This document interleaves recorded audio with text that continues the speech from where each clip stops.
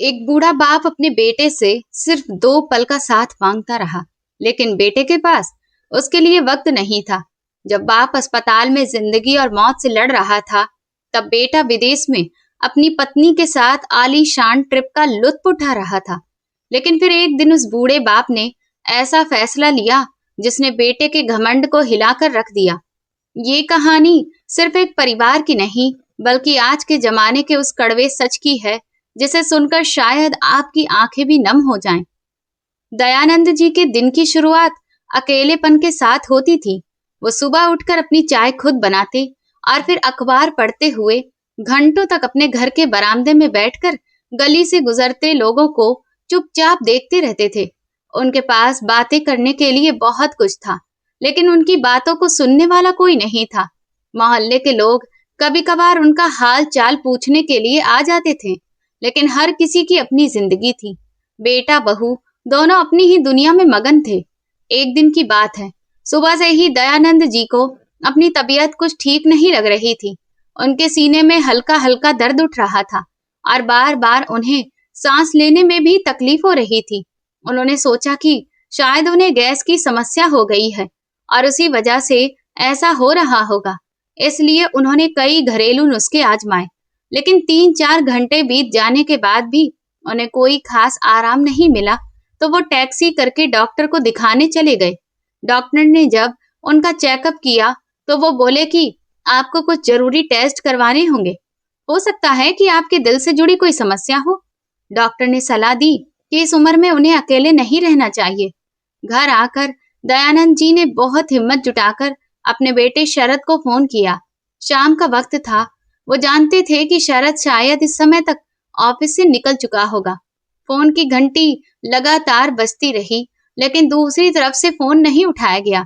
कुछ देर इंतजार करने के बाद दयानंद जी ने 10 मिनट बाद एक बार फिर अपने बेटे को फोन मिलाया और इस बार फोन उठ गया। दूसरी तरफ से शरद की आवाज आई, जिसमें साफ तौर पर झुंझलाहट थी। उसने बिना कोई हालचाल पूछे सीधे कहा, हाँ पापा, बोलिए क्या बात है। मैंने आपको कितनी बार कहा है कि ऑफिस के समय मुझे फोन मत किया करिए। दयानंद जी का गला ये सुनते ही सूख गया। उन्होंने धीमी आवाज में कहा, बेटा, अभी तो शाम के 5 बजे हैं और मुझे लगा कि तुम ऑफिस से निकल गए होगे। शरद ने कहा, मेरा काम शाम 5 बजे खत्म नहीं होता। मेरी अभी अपने क्लाइंट के साथ डिनर मीटिंग है। आप जल्दी बताइए, आखिर बात क्या है।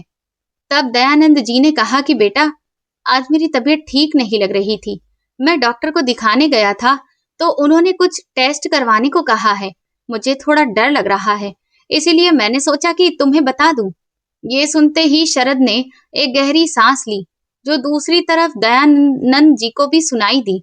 वो थोड़ी तेज आवाज में बोला, पापा आप भी ना हर छोटी छोटी बात पर घबरा जाते हैं।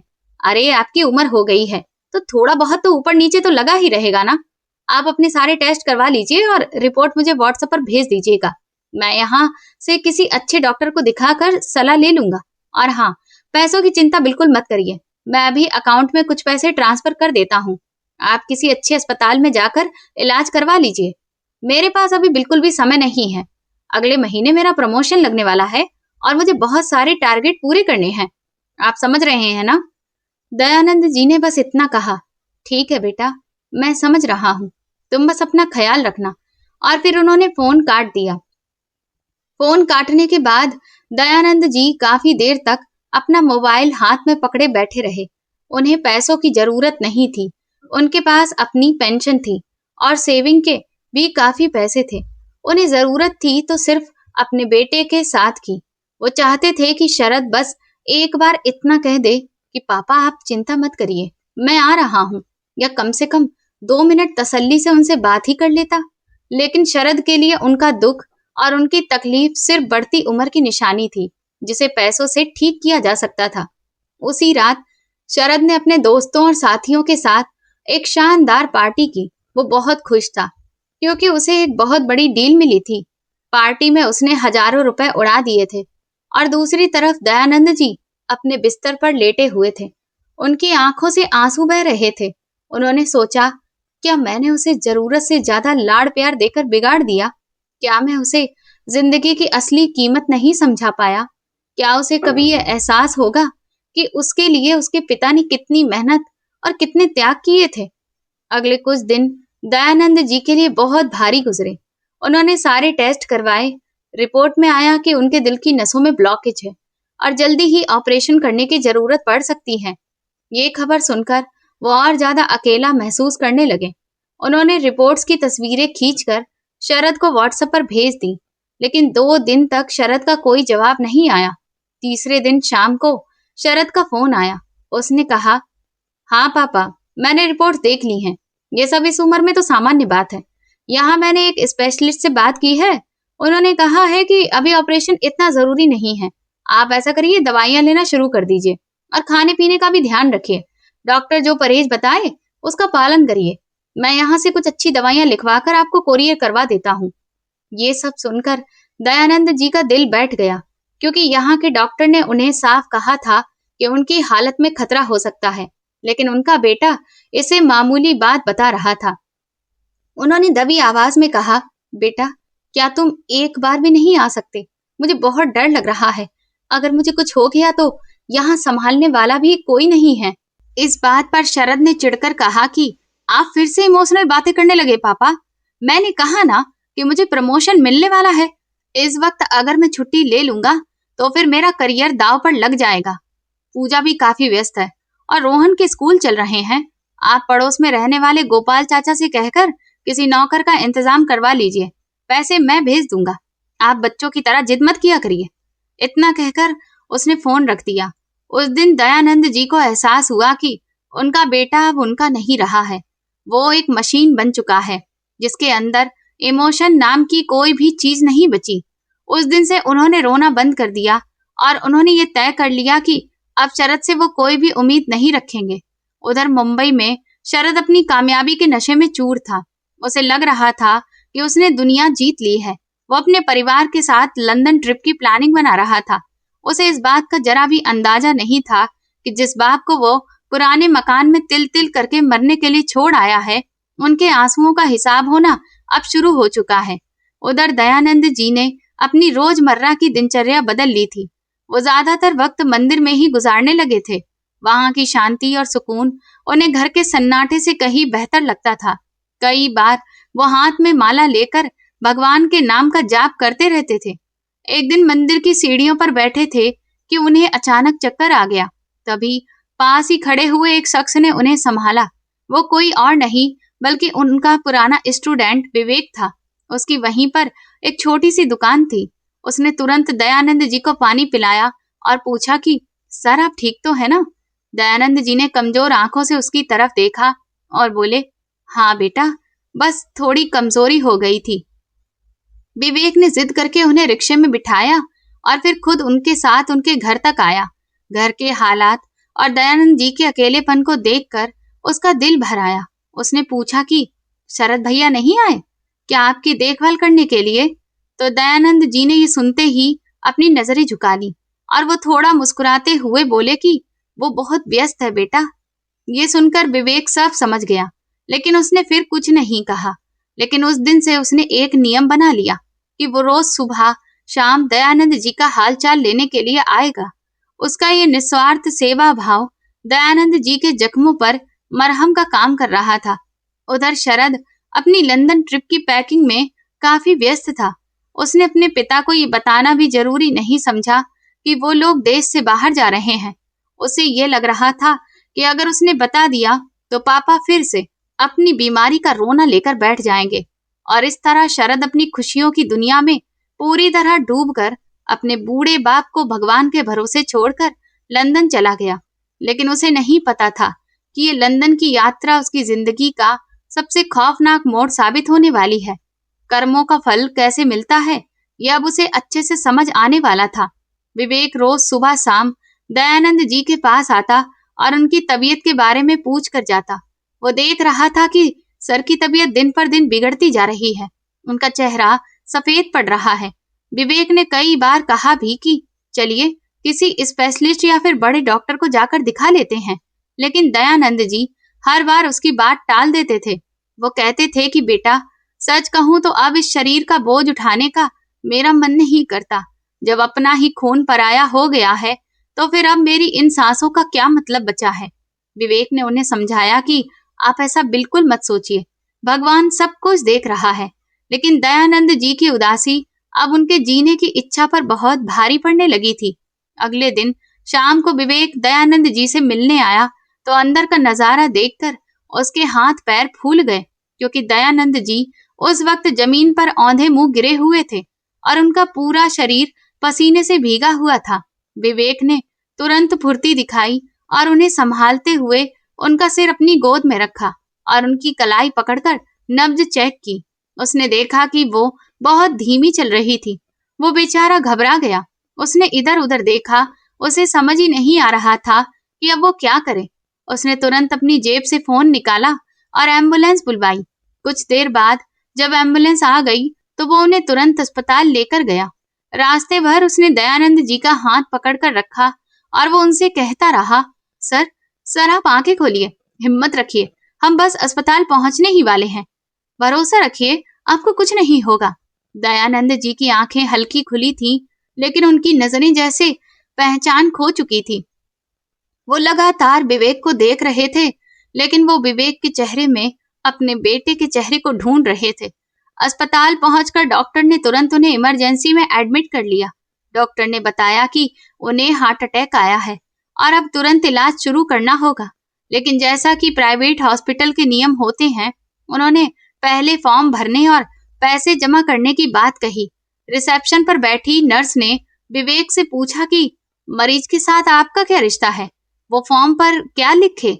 ये सुनकर विवेक को कुछ समझ नहीं आया कि अब वो क्या बोले, क्योंकि वो ना तो उनका बेटा था और ना ही कोई रिश्तेदार। लेकिन उसी पल उसने पेन उठाया और रिलेशनशिप वाले कॉलम में बेटा लिख दिया। उसने अपनी जेब से सारे पैसे निकालकर काउंटर पर जमा करवा दिए, जो उसने अगले महीने अपनी दुकान के किराए और माल के लिए बचाकर रखे थे। उधर डॉक्टर ने इलाज शुरू कर दिया था। विवेक ने बहुत बार शरद को फोन मिलाया, लेकिन फोन नहीं उठा और व्हाट्सएप पर वॉइस मैसेजेस भी भेजे कि शरद भैया, आपके पिताजी की तबीयत बहुत खराब है, उन्हें हार्ट अटैक आया है, प्लीज आप फोन उठा लीजिए। लेकिन व्हाट्सएप पर वो मैसेज भी सिंगल टिक बनकर रह गया, क्योंकि शरद तो अपनी ही दुनिया में खोया हुआ था। उसे तो इस बात का एहसास तक नहीं था कि इस वक्त जब वो अपनी जिंदगी का सुख उठा रहा है, तब उसका बूढ़ा बाप जिंदगी और मौत के बीच झूल रहा है और ऐसे वक्त में एक अजनबी लड़का उनका अपना बेटा बनकर खड़ा है।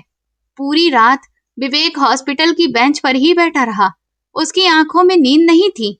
वो बस आईसीयू के दरवाजे की तरफ बार बार देख रहा था। सुबह होते ही डॉक्टर बाहर आए। उन्होंने विवेक से कहा कि अभी वो खतरे से बाहर है, लेकिन उन्हें कम से कम 1 हफ्ते तक अस्पताल में ऑब्जर्वेशन में रहना होगा। ये सुनकर विवेक ने राहत की सांस ली। उसकी आंखों में खुशी के आंसू आ गए थे। अगले 2 दिनों तक दयानंद जी आईसीयू में ही रहे और जब उन्हें होश आया तो उन्होंने सबसे पहले अपने पास विवेक को ही पाया। उनकी आंखों में ढेर सारे सवाल थे। विवेक ने धीरे से कहा, सर, आप बिल्कुल ठीक हैं। डॉक्टर ने कहा है कि आप जल्दी ठीक होकर घर भी चले जाएंगे। दयानंद जी ने कमजोर आवाज में पूछा, शरद आया है क्या? तो विवेक के पास उनके सवाल का कोई जवाब नहीं था। उसने इस वक्त झूठ बोलना ठीक नहीं समझा और सिर झुकाकर कहा कि उनका फोन नहीं लग रहा है, शायद नेटवर्क में कोई प्रॉब्लम है या फिर वो किसी ऐसी जगह पर हैं जो आउट ऑफ कवरेज एरिया है। ये सुनकर दयानंद जी ने अपनी आंखें बंद कर ली। उनकी आंखों के कोनों से टप टप करके आंसू गिरने लगे और तकिए में समा गए। इन आंसुओं में जो दर्द था वो शायद उस हार्ट अटैक के दर्द से भी कहीं ज्यादा गहरा था। तकरीबन 10 दिन के बाद शरद और पूजा इंडिया वापस लौटे। एयरपोर्ट पर उतरते ही शरद ने अपने फोन को ऑन किया और जैसे ही फोन ऑन किया तो उसमें नेटवर्क आया तो मिस्ड कॉल्स की जैसे बाढ़ आ गई थी। शरद ने चिढ़ते हुए फोन को देखा तो उसने विवेक की 50 से ज्यादा मिस्ड कॉल्स पड़ी हुई थी। उसने सोचा जरूर पापा ने फिर से कोई नया ड्रामा शुरू कर दिया होगा। उसने लापरवाही से व्हाट्सएप खोला और विवेक का भेजा हुआ वॉइस मैसेज सुना। शरद भैया, आपके पिताजी को हार्ट अटैक आया है, वो इस वक्त हॉस्पिटल में एडमिट हैं। ये सुनते ही शरद के पैरों तले जमीन खिसक गई थी। एक पल के लिए उसे ऐसा लगा कि जैसे उसने कुछ गलत सुन लिया है। लेकिन जब उसने बाकी के मैसेज भी पढ़े तो उसे सिचुएशन की गंभीरता का अंदाजा हुआ। लेकिन हैरानी की बात यह भी थी कि उसके दिमाग में इस वक्त दुख से ज्यादा गुस्सा भरा पड़ा था। उसे गुस्सा इस बात का आ रहा था कि उसकी इतनी आलीशान ट्रिप का अंजाम ऐसी बुरी खबर के साथ हुआ। उसने पूजा को बताया कि पापा हॉस्पिटल में हैं। तो पूजा ने भी मुंह बनाते हुए कहा, तो अब क्या हमें दिल्ली जाना पड़ेगा? और यह भी तो हम लंदन से ही थके हुए आए हैं। कल आपको ऑफिस भी ज्वाइन करना है। इस पर शरद ने कहा, जाना तो पड़ेगा, वरना फिर रिश्तेदार बातें बनाएंगे और समाज में भी हमारी नाक कट जाएगी। इस वक्त उन्होंने दिल्ली के लिए फ्लाइट की टिकट बुक की। जब वो लोग अस्पताल पहुंचे तो शरद सीधा आईसीयू में पहुंचा। उसने देखा कि उसके पापा बिस्तर पर लेटे हुए हैं और विवेक उनके पास बैठकर उन्हें फ्रूट्स खिला रहा है। ये नजारा देखकर शरद को अजीब सी जलन हुई। उसे लगा कि ये बाहरी लड़का उसके पापा के इतना करीब क्यों बैठा है। उसने विवेक को एक तीखी नजर से देखा, जैसे कि कह रहा हो कि अब मैं यहाँ आ गया हूँ, इसीलिए तुम जा सकते हो। विवेक ने शरद को देखकर राहत की सांस ली। उसने खड़े होकर कहा कि भैया आप आ गए। डॉक्टर साहब राउंड पर निकले हैं, अभी थोड़ी ही देर में आते ही होंगे। शरद ने विवेक को थैंक यू तो छोड़ो, उससे अच्छी तरह से बात तक नहीं की। उसने अपने पापा के पास जाकर बस फॉर्मेलिटी के लिए पूछा कि अब आप कैसे हैं? तो दयानंद जी ने अपनी आंखें खोली और बेटे को देखा। उनकी आंखों में वो चमक नहीं थी जो पहले अपने बेटे को देखकर आ जाया करती थी। उन्होंने कोई जवाब नहीं दिया, बस वो चुपचाप उसे देखते रहे। शरद को ये खामोशी काफी चुभी। उसने सोचा कि मैं इतनी दूर से यहाँ आया हूँ और ये है कि बात भी नहीं कर रहे। फालतू की नौटंकी कर रहे हैं। उसने डॉक्टर से मिलने की बात कहकर वहां से निकलना ही बेहतर समझा। बाहर आकर शरद ने कुछ पैसे निकालकर विवेक की तरफ बढ़ाए। ये लो तुम्हारा आने जाने का खर्चा, और जो भी तुमने यहाँ पर खर्च किया है उसके लिए। इस बात पर विवेक ने उन पैसों को देखा और हाथ जोड़कर कहा, शरद भैया मैंने ये सब पैसों के लिए नहीं किया है। दयानंद जी मेरे टीचर हैं और मेरे पिता की तरह भी हैं। उनका कर्ज मैं पैसों से नहीं चुका सकता। आप ये पैसे रख लीजिए, बस आप उनका ख्याल रखिए। इतना कहकर विवेक वहां से चला गया। शरद हाथ में वो पैसे लिए वहां खड़ा रह गया। उसे पहली बार ये महसूस हुआ कि उसका पैसा हर जगह नहीं चल सकता है। उसने डॉक्टर से बात की और फिर ये तय किया गया कि जैसे ही उसके पापा वहां से डिस्चार्ज होंगे तो वो उन्हें वापस घर छोड़कर मुंबई लौट जाएगा। उसे लगा कि उसने अपनी जिम्मेदारी निभा दी है। वो यहाँ पर आ गया है और उसने सारे बिल भर दिए हैं, तो उसके हिसाब से यही सेवा थी। थोड़ी देर बाद डॉक्टर राउंड पर आए तो शरद तुरंत अपनी जगह से खड़ा हो गया और डॉक्टर के पास आकर बोला, डॉक्टर साहब हम इन्हें डिस्चार्ज करवा सकते हैं क्या? दरअसल मुझे मुंबई वापस निकलना है, वहां मेरी बहुत जरूरी मीटिंग है, इसीलिए मैं यहाँ पर ज्यादा देर तक नहीं रुक सकता हूँ। डॉक्टर ने अपने चश्मे के ऊपर से शरद को ध्यान से देखा। उनकी आंखों में एक अजीब सा भाव उभरा। उन्होंने कहा, मिस्टर आपका नाम क्या है? शरद ने अपना नाम बताया तो वो बोले, मिस्टर शरद, आपके पिता को अभी आराम और देखभाल की जरूरत है। उन्हें हार्ट अटैक आया था। अभी कम से कम 3-4 दिन उन्हें ऑब्जर्वेशन में रखना ही बेहतर होगा। लेकिन अगर आप घर पर सारी मेडिकल सुविधाएं और 24 घंटे नर्स का इंतजाम कर सकते हैं तो फिर हम कल ही डिस्चार्ज कर देंगे। शरद के चेहरे पर यह सुनते ही चमक आ गई। उसने तुरंत कहा, हाँ डॉक्टर साहब, पैसों की तो कोई फिक्र मत करिए। आप सबसे बेस्ट नर्स का इंतजाम करवा दीजिए। मैं सारी फीस का पेमेंट कर दूंगा। बस मुझे कल तक किसी भी तरह से यहाँ से निकलना है। डॉक्टर ने दयानंद जी की तरफ देखा जो खामोशी से अपने बेटे की जल्दबाजी को देख रहे थे। उनकी आंखों में गहरा दुख नहीं था, बल्कि एक अजीब सी समझदारी और स्वीकार्यता दिखाई दे रही थी। मानो उन्होंने ये सच्चाई मान ली हो कि अब वे अपने बेटे के लिए केवल एक बोझ और जिम्मेदारी बनकर रह गए हैं, जिससे छुटकारा पाने की वो जितनी जल्दी हो सके कोशिश करना चाहता है। डॉक्टर ने गहरी सांस ली और बोले, ठीक है, कल सुबह हम इन्हें डिस्चार्ज कर देंगे, लेकिन याद रहे कि उन्हें किसी भी तरह का टेंशन या दबाव नहीं होना चाहिए। तो शरद ने मुस्कुराते हुए कहा, अरे डॉक्टर साहब, आखिर टेंशन किस बात की होगी? मैं आ गया हूं ना, मैं सब कुछ संभाल लूंगा। अगली सुबह दयानंद जी को अस्पताल से छुट्टी मिल गई। शरद ने कार मंगवा ली ताकि अपने पिता को घर ले जा सके। जब वो अस्पताल से बाहर निकले तो विवेक गेट पर ही खड़ा था। उसके हाथ में कुछ फल थे। शरद ने उसे देखा तो उसके माथे पर लकीरें आ गईं। उसे लगा कि ये लड़का फिर से हमदर्दी हासिल करने के लिए यहाँ आ गया है। विवेक आगे बढ़ा और उसने दयानंद जी के पैर छू लिए। उसने कहा, सर, अब आप ठीक लग रहे हैं, घर जाकर आराम करिए। दयानंद जी ने उसके सिर पर प्यार से हाथ रखा। उनका हाथ अभी भी कांप रहा था, लेकिन उसमें भरपूर आशीर्वाद था। तभी शरद ने विवेक से कहा, ठीक है, अब हम लोग जा रहे हैं। अब तुम अपना काम देखो, हमें परेशान मत करो। विवेक ने कुछ भी नहीं कहा, बस वो चुपचाप पीछे हट गया। कार जब पुराने मोहल्ले की गलियों में दाखिल हुई तो शरद की नाक सिकुड़ गई। जगह जगह कचरे के ढेर और खुली नालियों की बदबू उसे बर्दाश्त नहीं हो रही थी। उसने ड्राइवर से कहा कि शीशे बंद कर लो। दयानंद जी खिड़की से बाहर देख रहे थे। ये गलियां उनकी अपनी थीं। यहाँ की धूल में उनकी पुरानी जवानी गुजरी थी, लेकिन आज उनका बेटा उन्हीं गलियों से नफरत करता था। कार घर के बाहर आकर रुकी। शरद ने उतरकर चारों तरफ देखा। घर की हालत देखकर उसे और भी ज्यादा गुस्सा आ गया। दीवारों का प्लास्टर झड़ रहा था और मेन गेट पर जंग लगा हुआ था। घर के अंदर घुसते ही अजीब सी सीलन की महक ने उसका स्वागत किया। शरद ने तुरंत अपनी जेब से रूमाल निकालकर नाक पर रख लिया। उसने पूजा को फोन मिलाया, जो होटल में रुकी हुई थी। उसने कहा कि पूजा, तुम अभी यहाँ मत आना, यहाँ बहुत गंदगी है। मैं पापा को बस घर पर छोड़कर आता हूँ। तुम अपनी पैकिंग शुरू करो, हम लोग कल सुबह ही निकलेंगे। दयानंद जी धीरे धीरे चलकर अपने कमरे में आ गए। वहां सब कुछ वैसा ही था जैसा वो छोड़कर गए थे। बिस्तर पर वही पुरानी चादर और मेज पर रखी उनकी पत्नी की तस्वीर। उन्होंने अपनी पत्नी की तस्वीर को देखा और एक उदासी भरी मुस्कान उनके चेहरे पर आ गई, जैसे वो अपने आप से ही कह रहे हो कि अच्छा हुआ तुम पहले ही चली गई, वरना ये सब कुछ बर्दाश्त नहीं कर पाती।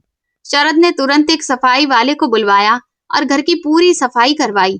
उसने शहर की एक एजेंसी से बात करके एक मेड का इंतजाम भी कर दिया था, जो रात में वहीं रहने वाला था। शाम तक जब सब कुछ व्यवस्थित ढंग से हो गया तो शरद दयानंद जी के पास आया। उसने कुर्सी खींची और उनके सामने बैठ गया। फिर बोला, देखिए पापा, मैंने सारा इंतजाम कर दिया है। ये लड़का 24 घंटे आपके पास रहेगा। खाना पकाने वाली औरत को भी लगवा दिया गया है। और हाँ, मैंने आपके अकाउंट में 1 लाख रुपए भी ट्रांसफर कर दिए हैं। अगर कोई इमरजेंसी हो तो आप उन पैसों का इस्तेमाल कर लीजिएगा। दयानंद जी ने बेटे की तरफ देखा। उन्होंने पहली बार अपनी खामोशी तोड़ी और बोले, बेटा, तुम कल ही जा रहे हो? शरद ने नजरें चुराते हुए कहा, हाँ पापा, क्या करूं, मेरी मजबूरी है। ऑफिस में बहुत काम पेंडिंग पड़ा हुआ है। अगर मैं समय पर नहीं गया तो मेरी नौकरी पर बात आ जाएगी। और वैसे भी अब आप खतरे से बाहर हैं। यहाँ सारी सुविधाएं भी हैं, इसीलिए आपको कोई दिक्कत नहीं होगी। दयानंद जी ने गहरी सांस ली। वो बोले, हाँ बेटा, तुम सही कह रहे हो, काम ज्यादा जरूरी है, तुम मेरी फिक्र मत करो। शरद को लगा कि उसके पापा मान गए हैं। उसे अंदर से बहुत राहत महसूस हुई। लेकिन उस रात घर में एक और ऐसी बात हुई जिसने इस रिश्ते की बची कुची डोर को भी और ज्यादा कमजोर कर दिया। शरद अपने पापा के कमरे में अलमारी के पास कुछ ढूंढ रहा था। खट पट की आवाज सुनकर दयानंद जी की आंख खुल गई। उन्होंने देखा कि ये शरद है, तो वो पूछने लगे, बेटा, क्या ढूंढ रहे हो? इस पर शरद थोड़ा हड़बड़ा गया। उसने कहा कि वो पापा, मैं बस घर के कागजात देख रहा था। वो क्या है ना कि आपकी तबीयत का तो कुछ भरोसा है नहीं। भगवान न करे अगर कल को आपको कुछ हो गया तो बाद में बहुत सारे कानूनी झमेले हो जाते हैं। इसीलिए मैं सोच रहा था कि अगर आप एक वसीयत बनवा देते या फिर प्रॉपर्टी के कागजात मेरे नाम कर देते तो सब कुछ आसान हो जाता। आखिर आपका इकलौता बेटा हूँ, सब कुछ तो मेरा ही है। लेकिन फिर भी अगर कागजी कार्रवाई पहले से ही पूरी रहे तो ज्यादा अच्छा रहेगा। दयानंद जी ने जब ये सुना तो उन्हें गहरा सदमा लगा। उन्हें अपने कानों पर भरोसा ही नहीं हो रहा था। क्या रिश्ते इस हद तक भी गिर सकते हैं? क्या पैसों की भूख इंसानियत को इतना नीचे गिरा सकती है? उन्होंने शरद को देखा। ये वही शरद था जिसे उन्होंने अपनी छाती से लगाकर सुलाया था। दयानंद जी का दिल एक बार फिर टूट गया, लेकिन इस बार टूटे दिल की कोई आवाज नहीं हुई। दुख पहले से कहीं ज्यादा गहरा था। उन्होंने बहुत ही शांत आवाज में कहा, बेटा, कागजात अलमारी के सबसे ऊपर वाले लॉकर में है और चाबी वहीं दराज में रखी हुई है। तुम ले लो, जो तुम्हें ठीक लगे वैसा करवा लेना। मुझे अब इन चीजों से कोई लेना देना नहीं है। शरद ने खुश होकर कहा, थैंक यू पापा, अब आप आराम करिए। मैं कल ही वकील से बात करके कागजात तैयार करवा लूंगा। आप बस उन पर साइन कर दीजिएगा। शरद ने कागजात निकाले और उन्हें अपने बैग में रख लिया। उसे लगा कि उसने बहुत बड़ा काम कर लिया है। वो खुश होकर अपने कमरे में सोने चला गया। लेकिन दयानंद जी उस रात सो नहीं पाए। वो पूरी रात करवटें बदलते रहे और छत को घूरते रहे। उनके दिमाग में एक भयंकर तूफान चल रहा था। उन्हें समझ आ गया था कि उन्होंने जिंदगी की सबसे बड़ी गलती कर दी है। उन्होंने अपने बेटे को सुख सुविधाएं तो दी, लेकिन अच्छी परवरिश नहीं दे पाए। उन्होंने उसे उड़ना तो सिखाया, लेकिन अपनी जड़ों से जुड़ना नहीं सिखा पाए, और आज उसी का फल उन्हें मिल रहा था। अगली सुबह शरद तैयार होकर आया तो उसके चेहरे पर एक अजीब सी चमक थी, जैसे कि वो बहुत बड़ी जंग जीत कर आया हो। पूजा भी होटल से सीधा वहीं आ गई थी। वो अभी कार में बैठकर हॉर्न बजा रही थी। शरद ने कहा, पापा, ठीक है, अब मैं चलता हूँ। आप अपना ख्याल रखिएगा। मैं फोन करता रहूंगा। और हाँ, आप अपनी दवाइयाँ टाइम पर लेते रहिएगा। दयानंद जी के मुंह से बस इतना निकला, खुश रहो। इसके बाद शरद मुड़ा और दंदनाता हुआ बाहर निकल गया। उसने एक बार भी पलटकर अपने पिता को नहीं देखा और कुछ ही सेकंड में कार गली की धूल उड़ाती हुई रफ्तार से चली गई। दयानंद जी अपनी कुर्सी पर बैठे हुए अपने बेटे को जाते हुए देखते रहे। जब कार आंखों से ओझल हो गई तो उसके थोड़ी देर बाद ही विवेक वहां आ गया। उसने देखा कि सर अकेले बैठे हुए हैं। वो उनके पास आया और बोला, क्या शरद भैया चले गए? तो दयानंद जी ने कहा, हाँ बेटा, वो लोग चले गए, लेकिन अच्छा हुआ चले गए, क्योंकि अब मुझे जरूरी काम करना है। विवेक ने पूछा, क्या काम है सर? तो उसके इस सवाल को सुनते ही दयानंद जी की आंखों में एक नई चमक उभरी। उन्होंने कहा, विवेक, तुम मुझे एक अच्छे वकील के पास लेकर चलो, क्योंकि मुझे अपनी वसीयत बदलनी है। ये सुनकर विवेक हैरान हो गया। उसने कहा, सर, अभी तो आप हॉस्पिटल से ही आए हैं, अभी आप आराम कीजिए, ये सब बातें तो बाद में भी हो जाएंगी। दयानंद जी ने कहा, नहीं बेटा, पहले ही बहुत देर हो चुकी है, अब और देर नहीं करनी। जो गलती मैंने इतने सालों तक की है, उसे ठीक करने का इससे सही वक्त और कभी नहीं आएगा। मेरे पास हो सकता है शायद अब ज्यादा वक्त बचा भी ना हो। मुझे अपने कर्मों का हिसाब चुकाना है। उस दिन दयानंद जी ने ऐसा कदम उठाया जिसकी गूंज उनके बेटे तक भी पहुंचने वाली थी। उन्होंने शहर के सबसे मशहूर वकील को अपने घर बुलाया। विवेक को समझ नहीं आ रहा था कि सर आखिर क्या करने वाले हैं। शाम को वकील ने जाते वक्त कहा, आप बेफिक्र रहिए, मैं कल ही सारे कागजात तैयार करवा दूंगा और रजिस्टर भी करवा दूंगा। इसके बाद दुनिया की कोई भी ताकत आपके फैसले को चुनौती नहीं दे सकती है। दयानंद जी ने हाथ जोड़कर उन्हें धन्यवाद कहा। वकील के जाने के बाद दयानंद जी के चेहरे पर एक अजीब सा सुकून था, एक ऐसा सुकून जो उन्होंने पिछले कई सालों में महसूस नहीं किया था। उधर मुंबई के रास्ते में शरद बहुत खुश था। वो पूजा से कह रहा था कि देखा, मैंने तुमसे कहा था ना कि पापा मान जाएंगे। अब सारी प्रॉपर्टी भी हमारी हो जाएगी और हम इसको बेचकर एक शॉपिंग मॉल भी बना सकते हैं। पूजा भी ये सुनकर बहुत खुश थी। कहने लगी कि हाँ, ये तो बहुत अच्छा आइडिया है। वैसे भी वहां कौन रहने जाएगा, ऐसी गंदी और बदबूदार जगह। अच्छा हुआ तुमने बिल्कुल सही समय पर बात कर ली। दोनों पति पत्नी अपने ही ख्यालों की दुनिया में खुश हो रहे थे।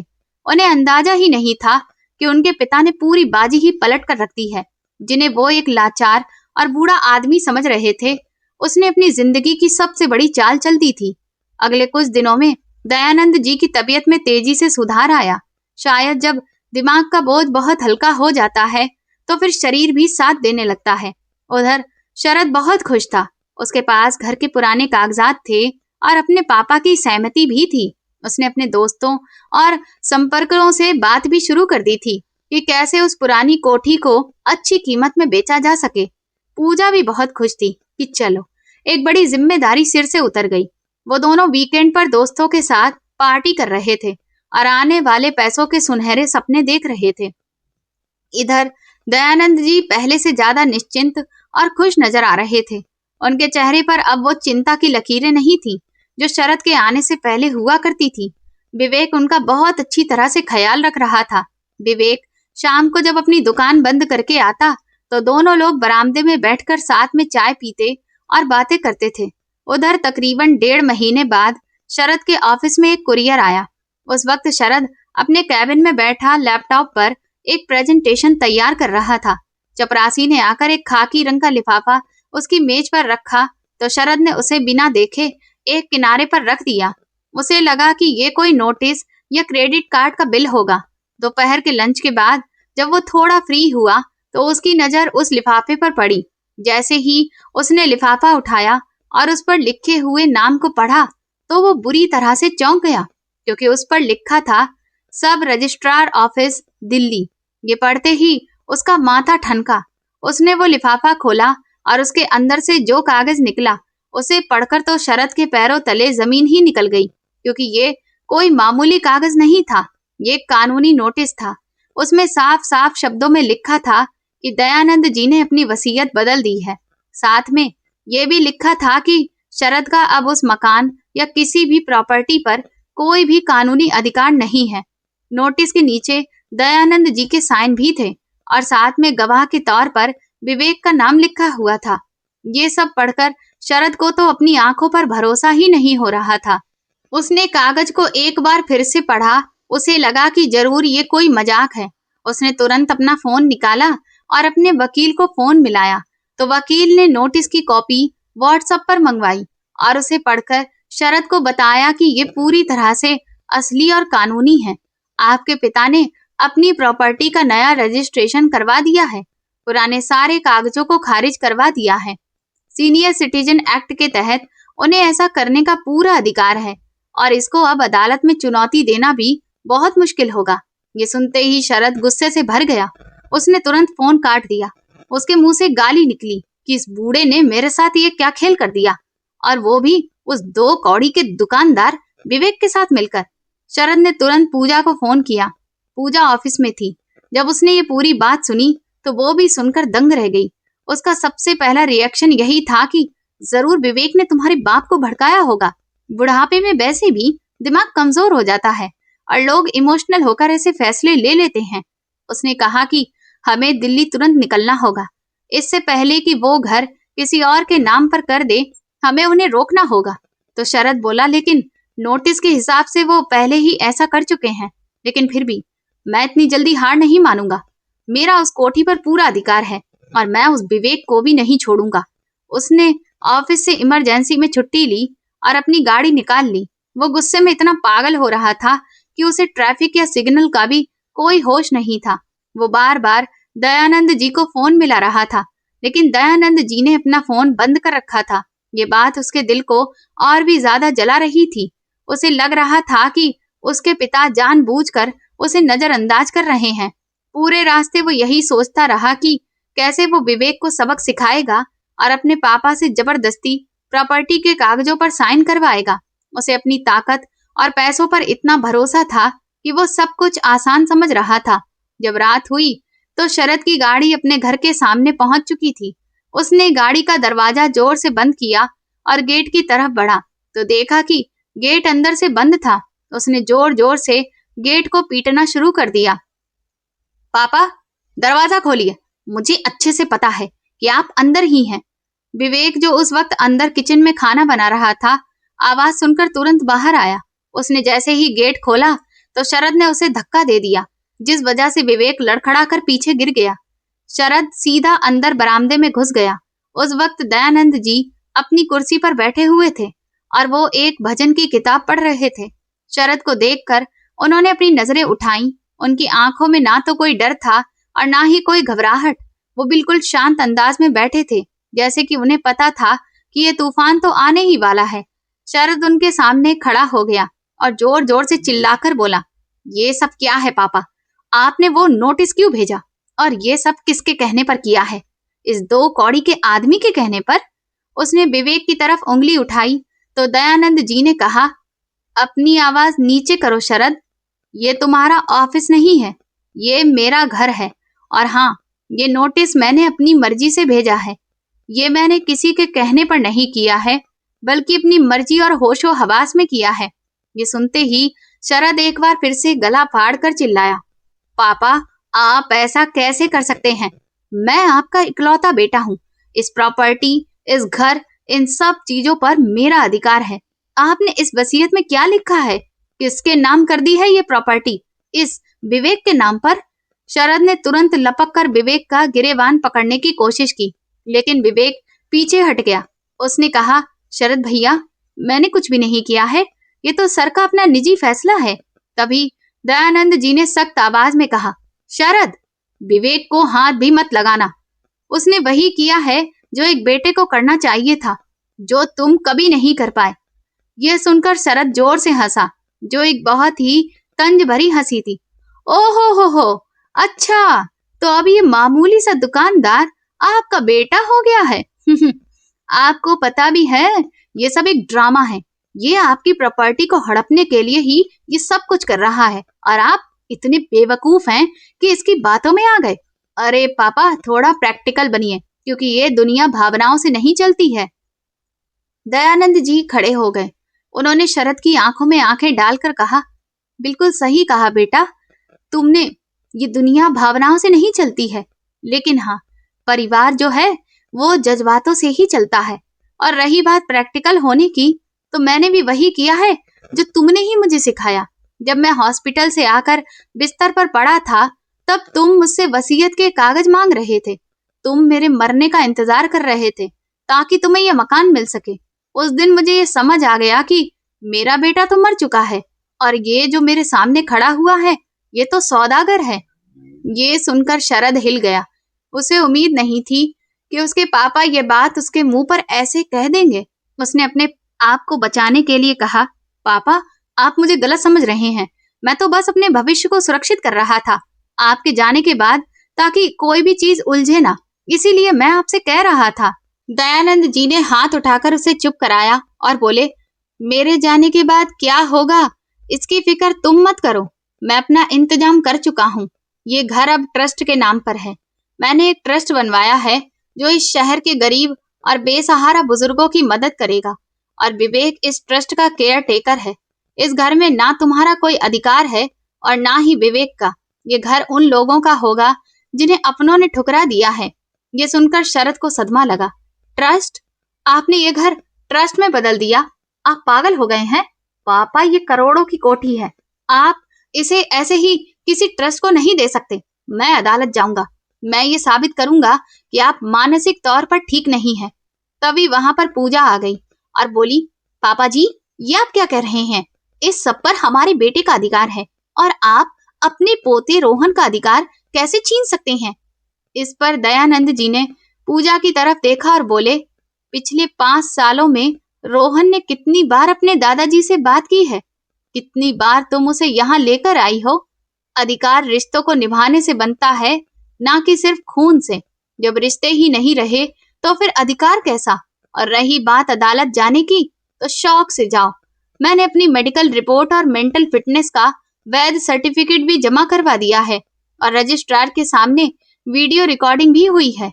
तुम लोग कुछ नहीं कर पाओगे। ये सुनकर शरद मायूस होकर सोफे पर गिर गया। उसे भरोसा नहीं हो रहा था कि ये उसके वही पापा हैं जो उसकी हर बात मान लेते थे, जो उसकी एक आवाज पर दौड़े चले आते थे। आज वो इतने कठोर कैसे हो गए? उसका घमंड चूर चूर हो गया था। उसने आखिरी दांव खेला।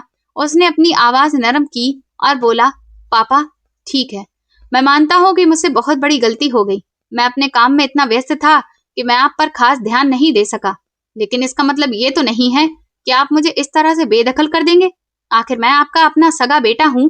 लोग क्या कहेंगे? समाज में हमारी क्या इज्जत रह जाएगी?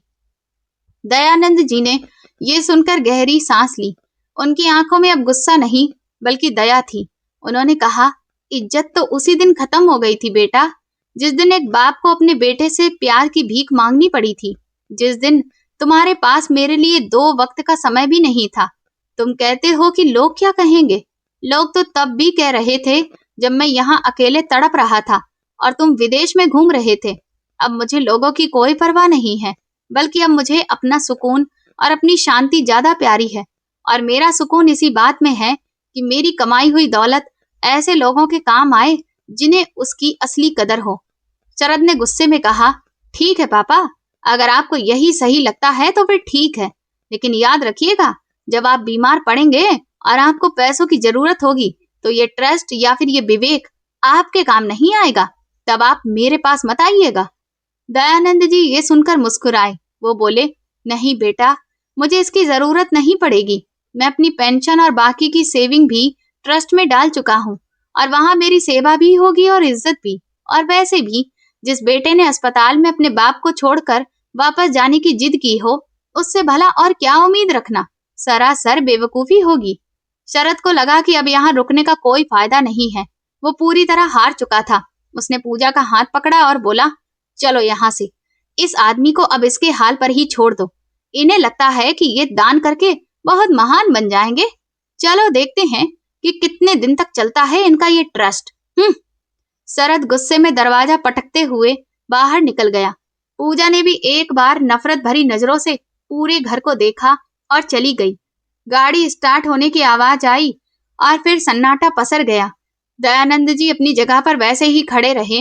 विवेक उनके पास आया और बोला, सर आप ठीक तो है ना? तो दयानंद जी ने विवेक को देखा। उनकी आंखों से आंसू बह रहे थे, लेकिन ये आंसू दुख के नहीं थे। ये उस बोझ के उतर जाने के थे जो वो सालों से अपने दिल पर ढो रहे थे। उन्होंने कहा, हाँ विवेक, मैं ठीक हूँ।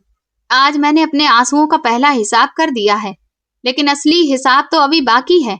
शरद को अभी समझ नहीं आया है कि उसने क्या खो दिया है। उसे लग रहा है कि उसने सिर्फ एक मकान खोया है, लेकिन वक्त उसे बताएगा कि उसने असल में क्या खोया है। उधर शरद को समझ नहीं आ रहा था कि जिस पिता को वो इतना कमजोर समझता था, उन्होंने इतनी मजबूत कानूनी तैयारी आखिर कैसे कर ली। लेकिन अब वो इसमें कुछ भी नहीं कर सकता था। सबसे बड़ी मुसीबत ये थी कि उसने इस प्रॉपर्टी के भरोसे बहुत सारी बिजनेस जिम्मेदारियां ले रखी थी। उसे लगा था कि उसे इस पूरी प्रॉपर्टी से मोटा पैसा मिल जाएगा, जिससे वो अपने कुछ पुराने कर्ज उतार देगा और जिन नए प्रोजेक्ट्स के बारे में वो सोच रहा था उन्हें भी पूरा कर लेगा। साथ ही अपनी नई कार की किस्त भी पूरी कर देगा। लेकिन अब वो सारा बोझ उसके सिर पर आ गया था। कुछ महीने इसी दबाव में गुजर गए। उसका पूरा ध्यान प्रॉपर्टी के मामले और पैसों की खींचतान में लगा हुआ था, जिसकी वजह से उसका अपने काम पर से पूरा ध्यान हट गया। वो ऑफिस में चिड़चिड़ा रहने लगा था। अपनी टीम पर बेवजह चिल्लाना और उन पर अपना गुस्सा निकालना उसकी आदत बन चुकी थी। जिस प्रमोशन की उसे उम्मीद थी, उसे भी अब कंपनी ने रोक दिया था। और फिर एक दिन वो हुआ जिसके बारे में उसने सपने में भी नहीं सोचा था। कंपनी का एक ऑडिट हुआ और उसमें शरद के डिपार्टमेंट में कई कमियां पाई गईं। एडमिनिस्ट्रेशन ने इस बात को गंभीरता से लिया। अगले दिन शरद ऑफिस पहुंचा तो उसे एचआर हेड के कैबिन में बुलाया गया। वहां का माहौल बहुत सख्त था। एचआर ने उसे एक लिफाफा पकड़ाया। ये एक ऐसा लिफाफा था जो उसके लिए किसी बुरे सपने से कम नहीं था, क्योंकि उसे उसकी पोस्ट से हटा दिया गया था और उसकी सैलरी भी आधी कर दी गई थी। साथ ही उसे चेतावनी भी दी गई कि अगले 3 महीने में अगर उसकी परफॉर्मेंस बेहतर नहीं हुई तो उसे अपनी नौकरी से हाथ धोना पड़ेगा। शरद के लिए ये बहुत बड़ा सदमा था। उसकी ऊंची हैसियत और शानदार जिंदगी इसी मोटी सैलरी पर टिकी हुई थी। अब जब सैलरी आधी हो गई थी तो उसके लिए घर की किस्त, बच्चों की फीस और बाकी खर्च उठाना लगभग नामुमकिन हो गया था। शरद जब उस शाम घर पहुंचा तो वो पूरी तरह से टूटा हुआ था। उसने पूजा को ये सब बताया तो उसे उम्मीद थी कि पूजा उसे सहारा देगी और कहेगी कि कोई बात नहीं शरद, हम इस बुरी परिस्थिति को मिलकर संभाल लेंगे। लेकिन पूजा का रिएक्शन बिल्कुल उल्टा था। वो एकदम भड़क गई और बोली, शरद, तुम इतने लापरवाह कैसे हो सकते हो? तुम्हें पता है ना कि हमारे खर्चे कितने ज्यादा हैं। अब हम रोहन की फीस कैसे भरेंगे? और मेरी पार्टियों का क्या होगा? हम लोग तो अगले महीने साउथ अफ्रीका भी जाने वाले थे। अब उस ट्रिप का क्या होगा? तुमने अपने घमंड के चक्कर में सब कुछ बर्बाद कर दिया। पहले वो प्रॉपर्टी तुम्हारे हाथ से निकल गई और अब नौकरी भी खतरे में डाल दी है। तुम तो एक नंबर के नाकारा और असफल आदमी हो, बिल्कुल बेकार। ये शब्द पूजा के मुंह से सुनकर शरद का दिल टुकड़े टुकड़े हो गया। जिस पत्नी के लिए उसने अपने पिता तक को छोड़ दिया था, आज वही पत्नी उसे एक असफल आदमी ठहरा रही थी। अब हर गुजरते दिन के साथ शरद की हालत बिगड़ती जा रही थी। एक दिन स्ट्रेस की वजह से उसे ऑफिस में चक्कर आ गया। उसके साथ काम करने वालों ने तुरंत उसे अस्पताल पहुंचाया। जब उसकी आंख खुली तो पूजा उसके पास ही बैठी हुई थी, लेकिन उसके चेहरे पर शरद की फिक्र से ज्यादा गुस्सा भरा पड़ा था। उसने गुस्से से कहा कि डॉक्टर ने कहा है कि तुम्हें आराम की जरूरत है, लेकिन आराम करोगे कैसे? घर की किस्त बाउंस हो गई है, बैंक वाले फोन कर रहे हैं, वो लोग कह रहे हैं कि अगर अगले हफ्ते तक पैसे नहीं दिए तो फिर वो घर को सील करने का नोटिस भेज देंगे। ये सुनते ही शरद ने अपनी आंखें बंद कर ली और उसकी आंखों से आंसुओं की लड़ियां बहने लगीं, क्योंकि आज वो अपनी ही जिंदगी का गुलाम बन चुका था। अगले दिन जब वो डिस्चार्ज होकर घर आया तो उसे लगा कि ये घर उसे खाने को दौड़ रहा है। दीवारों पर लगी हुई महंगी महंगी पेंटिंग्स उसे नागवार महसूस हो रही थी। उसे लग रहा था कि ये चार दीवारी घर नहीं है, बल्कि ईंट और पत्थर का एक ढांचा है। घर तो वो था जिसे वो वहां दिल्ली में छोड़ आया था। वो घर जहां दीवारों से सीलन की महक आती थी, लेकिन रिश्तों की गर्म जोशी भी थी। मगर भले ही फर्श कच्चा था, पर लोगों के दिल पक्के थे। आज उसे अपने किए पर बहुत पछतावा हो रहा था। उसने फैसला किया कि अब बस बहुत हो गया, उसे अपने पापों का प्रायश्चित करना ही होगा। लेकिन क्या अब बहुत देर हो चुकी है? क्या अब उसके पापा उसे माफ कर देंगे? उस रात शरद ने अपने घमंड को पूरी तरह से एक किनारे कर दिया और अगले दिन सुबह होते ही वो ट्रेन से दिल्ली के लिए निकल गया। रास्ते भर उसे लग रहा था कि क्या वो अपने पापा के उन आंसुओं का हिसाब चुका पाएगा जो उसकी वजह से बहे थे। जब वो दिल्ली पहुंचा तो शाम हो चुकी थी। मोहल्ले की गलियां वही थीं, लेकिन शरद की नजरें बदल गई थीं। आज उसे उन गलियों में वो गंदगी और कीचड़ नहीं दिख रहा था, बल्कि उसे अपनापन महसूस हो रहा था। वो डरते डरते अपने घर की तरफ बढ़ा। उसे डर लग रहा था कि कहीं उसके पापा धक्के मारकर उसे घर से ना निकाल दें। जैसे ही वो घर के पास पहुंचा तो उसे अंदर से ढोलक और मंजीरे बजने की आवाजें सुनाई दे रही थी। भजन कीर्तन चल रहा था। शरद ने अंदर कदम रखा तो सामने का नजारा देखकर वो रुक गया। आंगन में तकरीबन 50 लोग बैठे हुए थे। शरद एक कोने में खड़ा हो गया। उसकी हिम्मत नहीं हो रही थी कि वो आगे बढ़े, लेकिन फिर भी उसने आवाज लगाई, पापा। तो एकदम से सबकी नजरें दरवाजे की तरफ घूम गईं। दयानंद जी ने अपना चश्मा ठीक करते हुए देखा तो एक पल के लिए सन्नाटा पसर गया। शरद की नजरें झुकी हुई थी। वो एक मुजरिम की तरह वहां खड़ा था। वो धीरे धीरे चलता हुआ दयानंद जी के पास आया और उनके पैरों में गिरकर फूट फूट कर रोने लगा। पापा, मुझे माफ कर दीजिए, मैंने बहुत गलत किया है। मैं अंधा हो गया था, मुझे अपने कर्मों की सजा मिल गई है। प्लीज मुझे माफ कर दीजिए, बस मुझे एक मौका दे दीजिए, मैं सब कुछ ठीक कर दूंगा। दयानंद जी ने गहरी सांस ली और बोले, बेटा, कुछ रिश्ते वक्त रहते संभाल लिए जाएं तो अच्छा रहता है। जब अपनों का दिल टूट जाता है ना, तब माफी भी उस दुख को वापस नहीं ला सकती।